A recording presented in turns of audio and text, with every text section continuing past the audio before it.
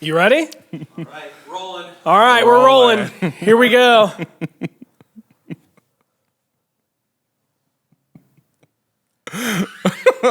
Awkward silence. This is what we talked about this week, guys. We talked about being silent this week, so the entire podcast is just going to be us being silent. I'm just going to laugh the whole time. Hey, hope you're doing well, church. It's good to talk to you. Good to be back. I missed last week. We missed you. I know. It's okay.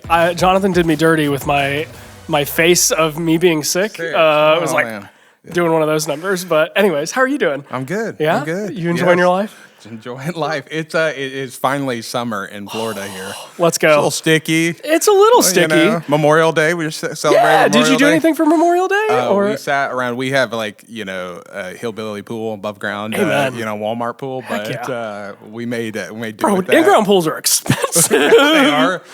I had a dream when I moved to Florida that I would have a home with a pool. Oh, bro. I have a home with a pool. It's Yes, you do. We call it the hillbilly pool. Oh, I mean, I don't know if we actually call it that, but Well, you can call it that. I'd get behind that. I love it. Well, hey, I hope you had a great Memorial Day. I hope you enjoyed your weekend. We are just full steam ahead here. It may be summer here at Central, but we are just trucking along. We got so much stuff going on. We talked about this past weekend, silence, which is a fun time. That's probably that's probably a very foreign word to a lot of people in today's age. It is for me. Yes. But can we, before we go any further, we actually have kind of a big announcement, if you will. Something that has been brewing for quite some time if you've been joining us regularly on this thing. We have a name. We have a name. Woo! We have a name for this podcast. Where's the buzzer? I need a soundboard. Or you know what I'm talking about? Yeah, like a laugh track. Is that what they're called? I don't know. Yeah. Yeah. Anyways, we have a name. Would you like to tell the world? Be More is a conversation that we want to continually have about how we can be more like Christ. And if you're part of Central, you understand that. We talk about that often. But we live in a world that is constantly coming after us for something, right? And ultimately, we want to be a people that are saying, look, I want to become more, like you said, like Jesus. I want to be more surrendered. I want to be more faithful. I want to be more compassionate. I want to be more loving. I want to be more courageous. I just simply want to be more like Jesus. And so we hope we answer some of those questions and ask some of those things of you. And from time to time, we'll all work on this thing together about becoming more like Christ. Something I always tell myself is I just want to be better at 70. That's a mantra that I always say in my life. And so for me, I don't know. And you kind of hinted at this, and we've said this plenty of times, here in this podcast from the stage on Sundays, you are being formed by something, regardless of whether it's intentional, you are being formed. And so if we can provide a place for all of us as people just to kind of come together and be formed by something that's the best thing in the world, and that is Jesus. Why wouldn't we do that? Well, the reality is we've never been called to complacency. Exactly. Right? We've never been called to just sit in it and to sit still. And I think you a couple accepted things Jesus. I am confident in the finished work of Jesus, right? Yeah. I can approach the throne of grace, is what Hebrews says, with confidence. But that confidence comes in what? In the lordship of Christ. Yes. And I've placed myself under his lordship. But then once I do that, that doesn't mean, as the Apostle Paul says, that do I keep on sinning? By no means, right? Yes. And the reality is he is calling us to this attitude of being more. Yes. Right? Having this continual transformation. Sometimes in the world of faith, we talk about it as sanctification, right? And a good word. that is to become more like Christ. And that is an ongoing process. But as you said, you want to be better at 70. Yeah. Reality is I want to be better today than I was yesterday. Yep. And tomorrow I want to be better than I am today. And so we're in this continual ongoing state of transformation of being more. There you go. Well, I hope you enjoy it. I hope you like it. You'll be hearing a lot more of that word and phrase over the coming months. We're going to make this a pretty regular thing, from my understanding. And so, again, things like, hey, we're going to be going over a lot of the sermon stuff that we talk about on Sundays, kind of diving deeper. We have a bunch of questions that we're going to ask just that have kind of come up naturally from people and us over the past week. And that question and answer box is always live. Go check it out. Go check that out on our website, on our app. Ask us questions. We want to be speaking into the things that you guys have questions about. That's really what we want to do. And so Speaking of all of that, though, hey, this past weekend we talked about silence, and Pastor Dan, Yeah, man, rocked it. he's out there, man. He's just made us all sit in awkward silence. If you were not there for that, you should go back and watch it. It was awkward, but it was necessary. I think it was a good point to prove. What did you think of his sermon? Was there anything that kind of stood out to you, shocked you, surprised you? No, I think the biggest thing is why we all heard and needed to hear, right? Where is God? Yeah. God is there in the silence. And I believe for some of us, there is, you and I would say there's not a ton of silence in our world. We both have 4 kids. Yeah. You have 4 boys. Yeah. So we both have loud homes. We're busy. We're going. We're in that season of life. And there's others that might be joining us that are, they're in different season of life, and they get a lot more silence than you and I. For sure. And sometimes, the idea would be that sometimes in the hurt of life and the pain of life and the hardships of life, those are the moments where we are like, God, where are you? And he seems to be silent. But we clearly see God's presence is consistently and always there. And yes, it is also there in the silence. We talked about Elijah, looked at 1 Kings chapter 19. Maybe a familiar story to you, maybe not. But here was the earthquake and the fire, right? And all these things come loud, and where is God? Right? God is in the still quiet whisper. Now you got to remember that Elijah had already seen God in a fire, too, right? Called down, got to burn. He did burn up some stuff in a fire. So there's already this moment of that he's seen God in that way. But I think we oftentimes are looking for God in these extravagant moments, in these big things like God, show yourself, and God does show up in those moments. Absolutely. But he also shows up in the quiet, in the stillness, and we're really bad at that. Yeah.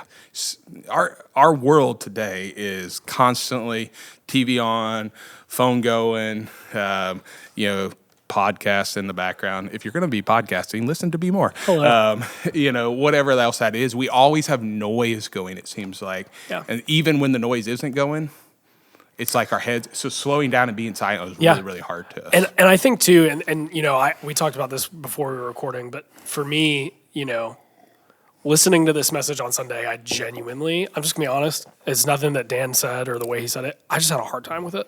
Yeah. I did. Because I'm like, my life is literally, like, there's no way. Yeah. Right? Like, from the moment it doesn't matter how early I wake up. My kids wake up with me. You know what I mean? They just know, And if I get a brief moment of time, it's very brief, and it's so hard to switch off so quickly. And then, you're going all day. And then at night, it's like, hey, I need to make sure that the house, you're always like doing something. And I think part of that is cultural, and then other part of that is just like, hey, that's the season of life I'm in. I got to figure it out. Yeah. And it's just hard. And I think too, something to like consider, and this is something that I've had a hard time with and I've struggled with, is like, this world is so bent on being loud that I feel like I strive to like shut things out of my life of like, hey, I need to be quiet in this moment. But then when I get those moments, I'm so like pent up from like trying to shut those things out that it just doesn't work. Mm-hmm. And I'm like, what do I do with that? You know what I mean? Like it's frustrating because I'll have moments where like, I think I used this moment the other day or a couple minutes ago when we were talking, I was like, I'll be outside with my kids and I'm like, man, the trees, the birds, this is great. And I'm like trying to force myself to like think of nothing. But then like my kids are screaming or like whatever. And I'm like, what am I going to do? Like, I can't just like ignore my kid. I don't know. It's just like it's such a hard thing. That's kind of what I'm getting at is like silence is so hard. I don't even want to say to come by because I think a lot of us, you kind of made this point of like, a lot of us could have silent lives in the sense of like, maybe your kids are grown, maybe you don't have kids, whatever it is. But true silence in your heart is like vastly, I think it's a very different word. Does that make sense? Well, and I think a lot of times what naturally comes is we think of silence is like, you're like, hey, I want to wake up and I want to sit on the front porch and I want to hear the birds chirping and I want to drink my coffee and nobody wakes up. Yeah, Hunter can attest to this. You drove by my house multiple times and you see me on the front porch with my cup of coffee. What am I doing? Just looking. But who else is with me? all 4 of my kids. Yeah, right? I'm like, this is the only way I'm going to get my calm, you know? And you have, like we have this dreamy idea of silence. And sometimes I think that we need it in your season. Yeah. I'm just going to encourage you, like you have younger kids than me. And so in your season, you need to be more realistic. I do. With I the try reality of like the silence might not be an hour. The silence might be 5 minutes. 5 minutes. And in that 5 minutes, what are you going to do? Like, are you going to, in that 5 minutes, go, oh, I'm going to busy my time up. I'm going to grab my phone and I'm going to scroll a couple things on Instagram, or I'm going to check out these TikTok emails, whatever. and get those emails done. Yeah. That's the piece that I think somehow or another culturally we've trained ourselves to grab for these things, to go for these things, and to busy up the little bit of silence with the noise of life. And so, that's huge. And then you and I've talked about this a lot personally. We're friends off the camera. We as do well. talk outside of the podcast. And as parents of young kids, one of the best things I'm going to encourage every single mom and dad that's 100%. Listening, like, you have to work on routine. Like, you need schedule with your kids. And I know some of you are like, well, or some of you are like, I do this. I work on schedule, and they just don't run on the schedule. Keep working on it. Find a way to work towards normal bedtime routines. Find a way to work to a space where they know we use. Have you heard of the hippo clocks? Hippo clocks? I've heard of this, but I think I understand the idea. So we have these clocks that they have light. Yes. When the kids were young, Red light, you couldn't tell yellow time. light, green light. Yeah. Yep. And so our kids know that they're to be in the room until 7 o'clock in the morning. The reality is that most of the time they actually sleep till 7 o'clock or later. Yeah. But their hippo turns green at that time. And that means they can come out. And that does give us at least the knowledge. And so look, that did not happen overnight. Quite honestly, I can't take a ton of credit for that. I have to give that credit to my wife. Shout out to Erin. But you have to work for routine when you have young kids, Yeah. because that is going to help you to have those moments. But then when you have the moments, You got to be able to shut off. don't squander them. You gotta go. And I've told you this before. I'm bad about squandering the moments. I'm really bad about like, I'm just going to watch a show on Netflix, or I'm going to go find that phone. I'm going to check those emails. I'm going to do those things. And so please, please, please, please, please discipline yourself. Discipline yourself to use the time you do have. Yeah, well, and I think too, and this can speak culturally to a lot of people, is I think sometimes we confuse what stillness and rest actually is with like the world's definition of it. Yeah. Because some people would say, hey, I work my 9 to 5 and I get off and I eat dinner and then I can clean my house and sit down on the couch and watch a show or watch a movie. And it's like, that's great. That is probably very relaxing and that's needed. But is that quieting your mind and your soul? I don't really know, One of the questions that we had is like, hey, what do people run to before they run to God? Maybe that's one of those things. Yep. It's probably very different. As soon as we ask that question, there's probably many of you kind of alarm bells going off in your head of like, oh yeah, maybe I do run to this thing. Yep. I'm going to tell you something too that I think is important to hear, and I could tell you that there's science behind it as well.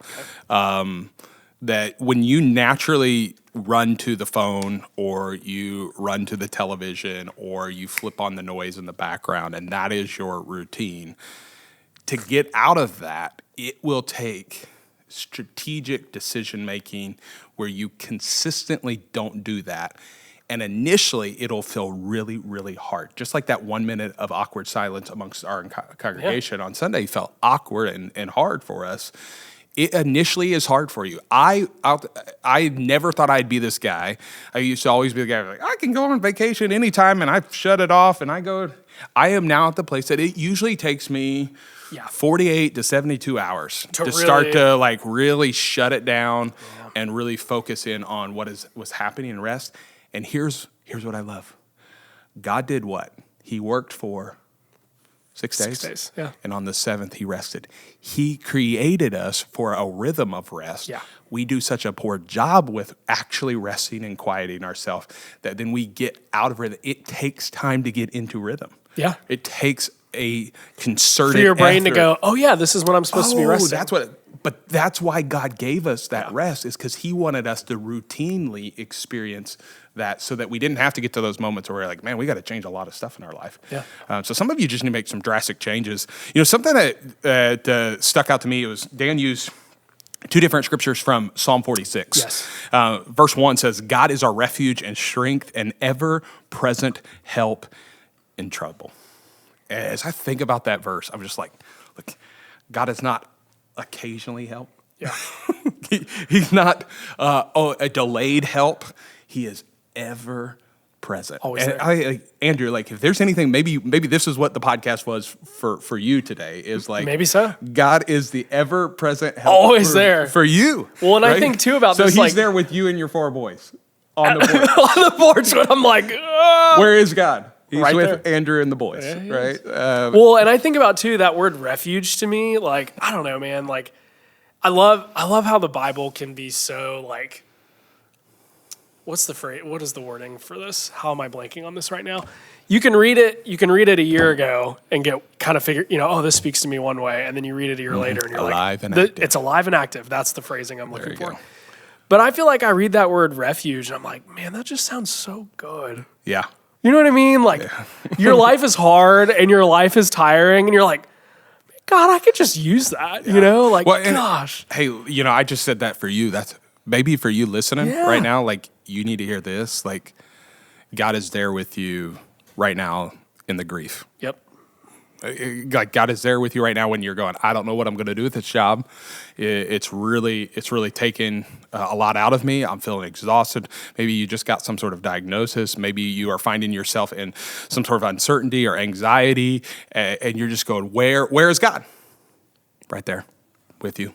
Yeah. Like, he's right there on the porch with you and the boys, and he's right there with them and whatever they're going through. And I think too that kind of speaks even to that, that verse in Elijah or in Kings with Elijah is like, hey, sometimes I think that we have to, and then this goes back into that rhythm and that training. It all connects, people.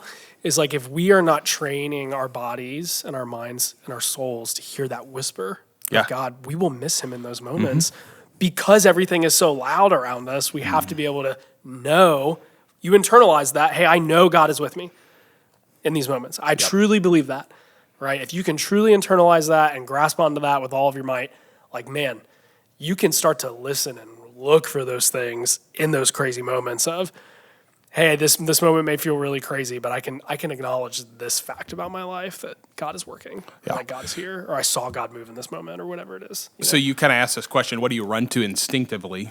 And so if God is your ever-present help, he's your place where you can seek refuge, then you have to start asking yourself that reality question of what do I instinctively run to?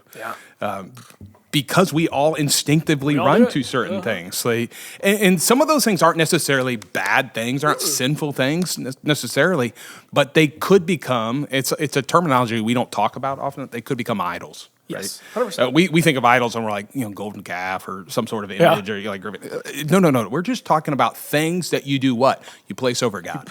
You put in place of him. And it might be for you that, the old car out in the garage, in the shop is a thing that you instinctively run to when you're trying to quiet yourself. Yes. Or it might be the phone or the device, or it may be your work. It could be all kinds of different things. So you have to find yourself instinctively putting yourself into places where you can hear the voice of God. And, I've found that there are some spaces you've talked about, like how do you find silence? I have stopped when I mow the grass, which it's that time of year. It's raining finally. So grass is growing, baby.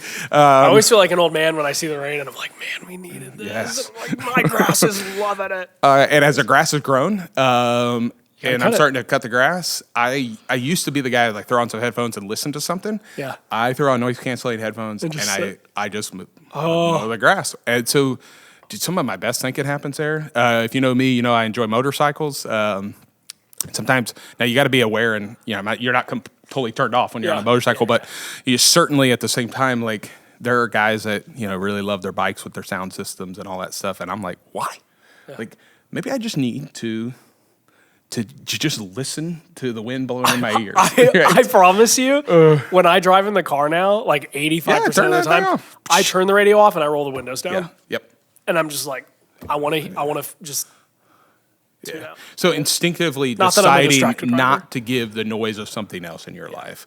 I think it's really important so that you can hear, which then leads into that that next piece of that scripture that Dan brought up, Psalm, verse 10 of Psalm 46, right? Be still and know that I am God. And Dan really just focused in on that space of it. But this idea, and here's what I love. So I knew that Dan had spent time about 18 months ago on a renewal and a time away. And this verse was a verse that he had keyed in on, and so I knew he knew what he was talking about when he had this conversation of this idea of being still, and specifically being still in what, knowing that I am God. Sometimes simply quieting yourself is the moment where you're reminding yourself that He is God. I'm going to ask you this: do you think these two are congruent? Like, do you have to be still to know that God is who He is? Well, God can slap you over the head in any way He wants. Okay. I think it's really hard if you're moving 1,000,000 miles per hour to know that God is there. Yeah. It's really hard. Yeah. That's such a, I mean, I don't even know what to say to that. I mean, that's just one of those things where you kind of go like. I think it was C.S. Lewis, right, that said, I could be wrong, Jonathan, we'll research this. If this is not the case, but if it is, put it up there. He said something to the extent of, if God can't make you sin, He'll make you busy or something. He'll make you busy. Yeah, I think that was C.S. Lewis. And, maybe Spurgeon. Man. Yeah, there you there you go. I said God. Send up. Let's run We're trying that back. to be more today. Let's run that back. If the devil can't make you sin, he will make you busy. And I'm like, ooh. Yeah. And the reality is, as that verse in Psalm 46, the be still piece, if you get back into the original language, right, it is this idea of not just like sitting still. Yes. There's some intention stopping behind the it. striving. Yes. It is releasing your grip. These are types of things that like we need to hear today. Well, and right? that gets to that idea of like, you can just go sit in a room by yourself for 20 minutes, but it doesn't mean you're being still. Yeah. You know what I mean? Like, well, some of you have this drive in you that you sit still and you're shaking and you're like, I got to get going. I got to do something. And even though you've physically sat still, your mind has been running 1,000,000 miles per hour.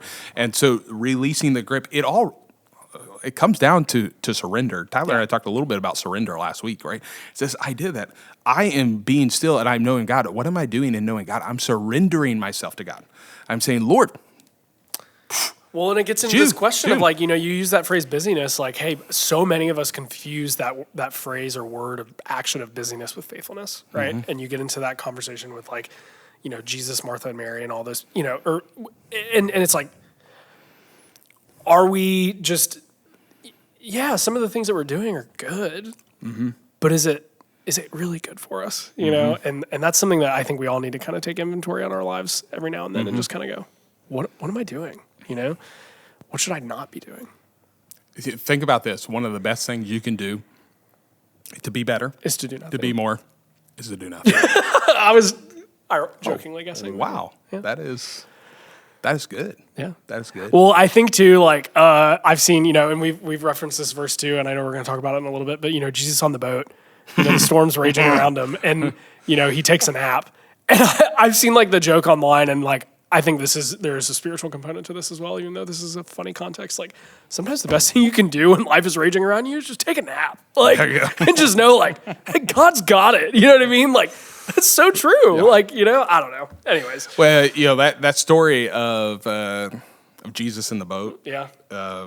Here they are, which there's a whole backstory to that that is powerful, right? How did we get They're here? headed across. They're getting ready to unleash the gospel, right, to all people. This is a big moment where Jesus comes, right? He's going into the beginning of that journey, so to speak. Yeah, he's going into the Decapolis, which is right. He drives out the demon from the man, the pigs into and the all pigs that and into the water. That happens after the boat scene, right?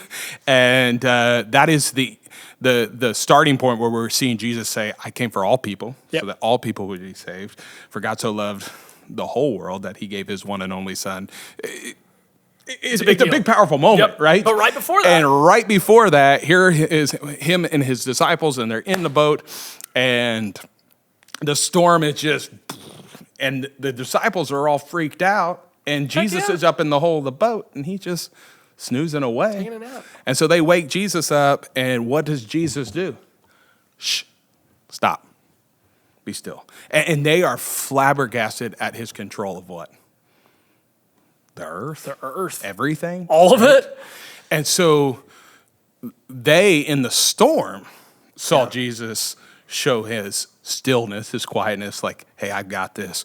But we as well can experience that in our silence, that, hey, Yes. I'm there.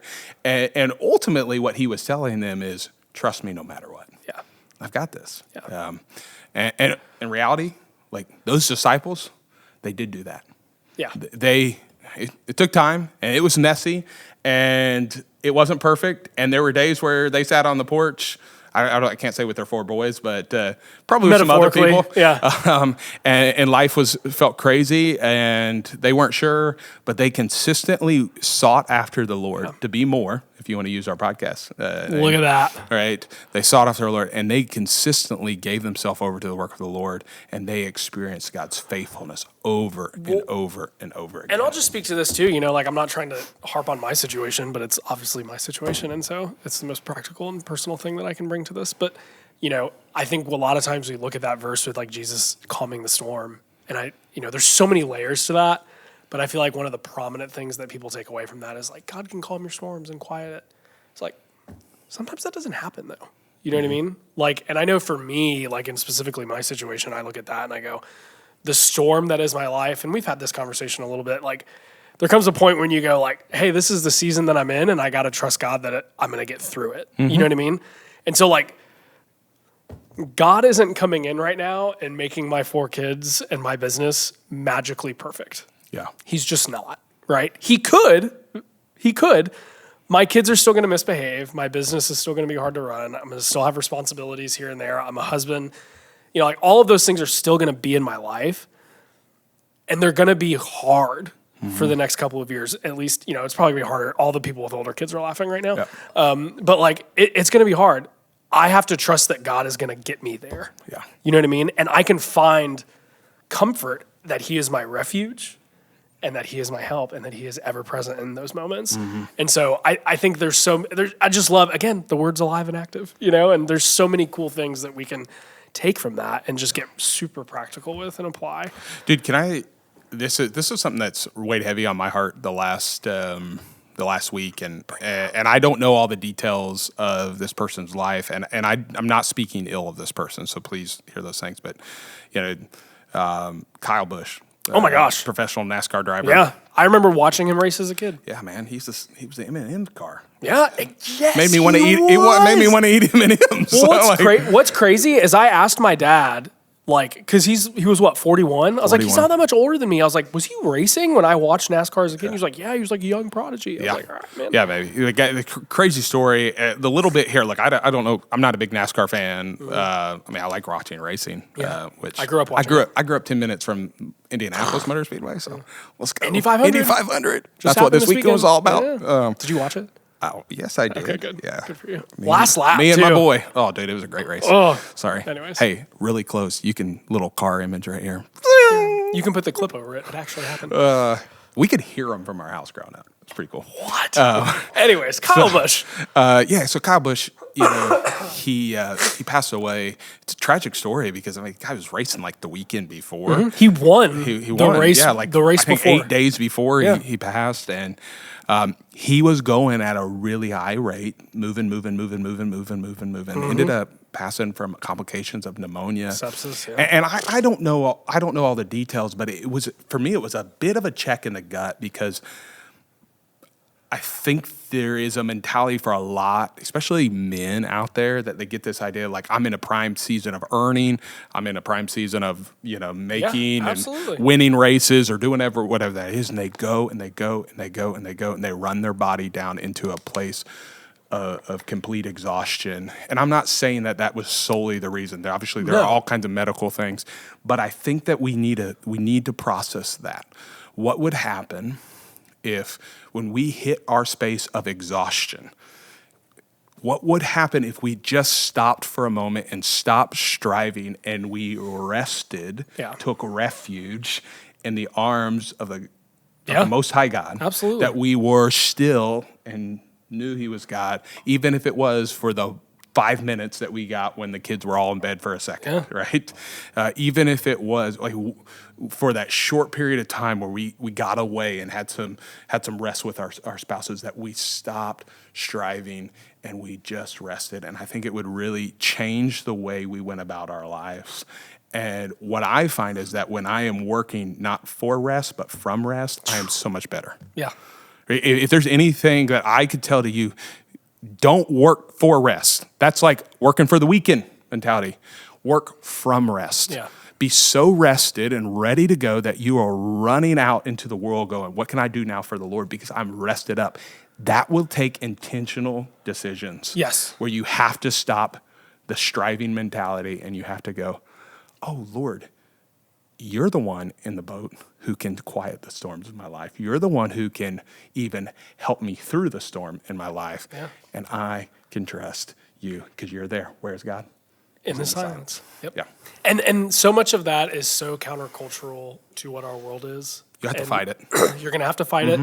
You know, you look at even in Jesus, this is nothing new. You know, Jesus came to this earth and everything that he was preaching in that day and age was completely polar opposite. Yeah, if you're a business leader, people will tell you, no. Go. When everybody else is resting, you should be grinding. working harder. You're grinding. Your business is going to be better. Yep, for a time it might be, and then you're going to burn out and you're going to be dead on the side of the road.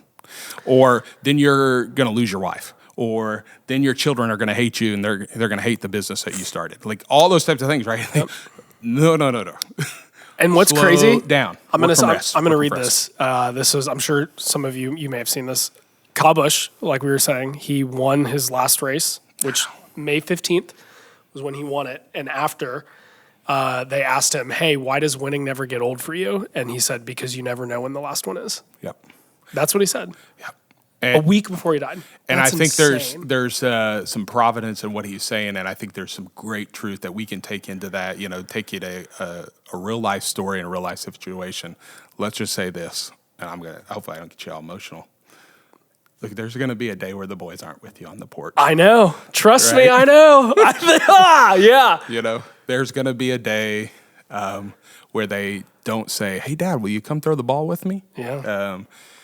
There will be a day where, you know, whatever that is for you, you don't have that opportunity. And so all this to be said is let's leverage the lives that we have for the goodness of God. And I think too, like if you go back to that comment about, you know, working from a place of rest, like if I don't do that, not just professionally, but even like personally, like with your family, like if you're not being a husband or a wife from a place of rest, you're not being a parent from a place of rest, you're gonna suck at it eventually. Like it's just reality. Like I've experienced it. I've had days where I'm like, I'll literally look at the kids and I'll look at my 8-year-old and be like, dude, I'm sorry. Like today's just been really hard for me. You know what I mean? Like I'm just gonna be honest, man. Like, and same thing with my wife. It's like, hey, today's been really hard. So. One thing I will say is, you know, again, not a huge NASCAR fan, so I don't know all the stories and all the life of this man. But one thing I will say is I was really encouraged by the way his young son, 11 years old, was comforting his mom and caring for his mom on the track this past weekend in their grief together. And there's been a lot of stuff that's hit social on that. That says a lot about the man that this guy was and how he was raising his boy. And so I think he probably took a lot of that grit to be a good NASCAR driver into everything in life. 100%. And I'm grateful for us who are in Christ that we are being reminded that we too need to recognize there are last moments. 100%. And we can take that grit. We should be gritty. We should be want to go after more. We should be want to be better. We should want to go through transformation. But all that to be said is right. You're not working. I'm not reading the scripture more or praying more or being silent more because that's a good habit and I want to do good habits. Yeah. Right. I'm doing that so I can be deeper in love with Christ the King. I can be a better dad. I can be a better follower of Jesus because I'm in a deeper relationship with Jesus. Yep. Because that's where it all starts. Yeah. That's where it all is. Hey, listen, we hope that this has been encouraging to you. I mean, that's really what we want this to be for. We want to be more. As followers of Jesus, we want to be more. as somebody, I'm getting a spam text. That's fine. We just want to be better, and we want to follow Jesus better. And so that's really what we hope this encourages you to Here's do. your challenge this week. I want to challenge you to remove something and in its place, put some quiet silence there. And I think that will help you to be more. Yep, absolutely. Hey, we're going to continue talking about this series this weekend. Where is God? One last time. Where is God? In? He's on the throne. He's on the throne. It's an important one. Don't miss it. Hey, if you have any questions, put them down in the comments below. If you have any prayer requests, reach out to us. We'd love to pray with you, partner with you in that, and help you in any way that we can. We love you, church. We'll see you soon. Be more.